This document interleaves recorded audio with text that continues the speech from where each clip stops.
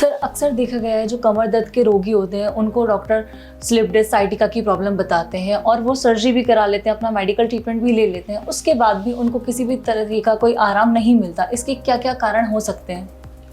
देखिए, इसके जो सबसे बड़ा मूल कारण है, हमें पेन जनरेटर को आइडेंटिफाई करना होता है। पेन जनरेटर वो चाहे स्पाइन के अंदर है, चाहे नीचे पैल्विक बोन के अंदर है, चाहे सैक्रोइलाइक जॉइंट के अंदर आ रहा है, हिप जॉइंट के अंदर आ रहा है, अदर मसल्स के अंदर से आ रहा है, लिगामेंट पे आ रहा है, जब तक उसको प्रॉपर वे में एड्रेस नहीं करेंगे, केवल ब्लाइंडली हम कमर दर्द को मान के चलें कि साहब ये स्लिप डिस्क है या शाटिका है,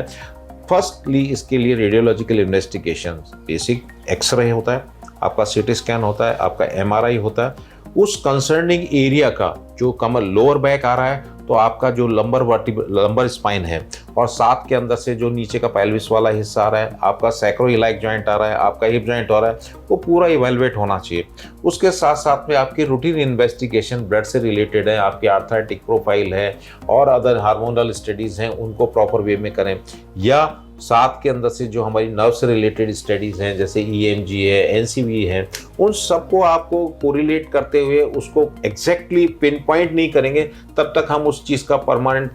एग्जैक्ट रीज़न नहीं बता सकते। तो इसमें जो सबसे चीज़ें बेसिक चीज़ें दिखाई जाती हैं, जैसे लोअर बताया उसको अंदर से कि मुझे स्लिप डिस्क हो गई या सियाटिका हो गई, स्लिप डिस्क होगी या सियाटिका होगी तो इस एमआरआई के अंदर से शो कर देगा, डिस्क बाहर निकली होगी, नर्व का इंट्रैपमेंट होगा, लिगामेंटम फ्लेमो हाइपरट्रोफी होगी, बोनी डिफेक्ट हो सकता है और भी कारण हो सकता है। लेकिन उसमें जब हम देख रहे हैं कि एमआरआई नॉर्मल आ रहा है, हमारा लंबर स्पाइन का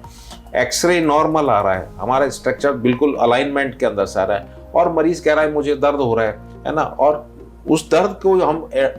आइडेंटिफाई नहीं कर पा रहे, केवल दर्द की गोलियां दे रहे हैं, उसको एक्सरसाइज करा रहे हैं, उसको मेडिकल ट्रीटमेंट में लेके हम काफ़ी लंबे टाइम तक चलते हैं। तो एक इसके अंदर से ग्लिच पाया जाता है जिसे हम देखते हैं, एक एसआई जॉइंट होता है हमारा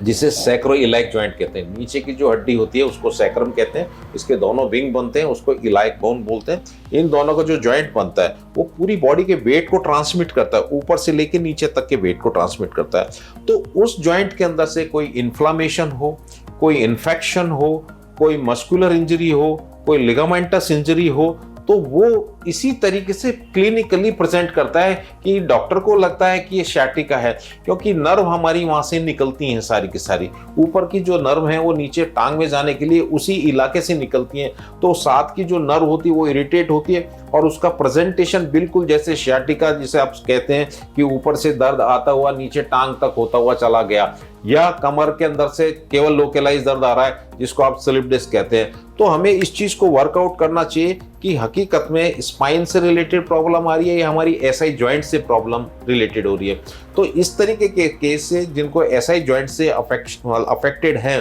तो उनको पहला रूटीन इन्वेस्टिगेशन कराएं और फिर उसके अकॉर्डिंगली हम ट्रीटमेंट पे जाएं, तब हम उस कमर दर्द की समस्या का परमानेंट सॉल्यूशन पे जा सकते हैं।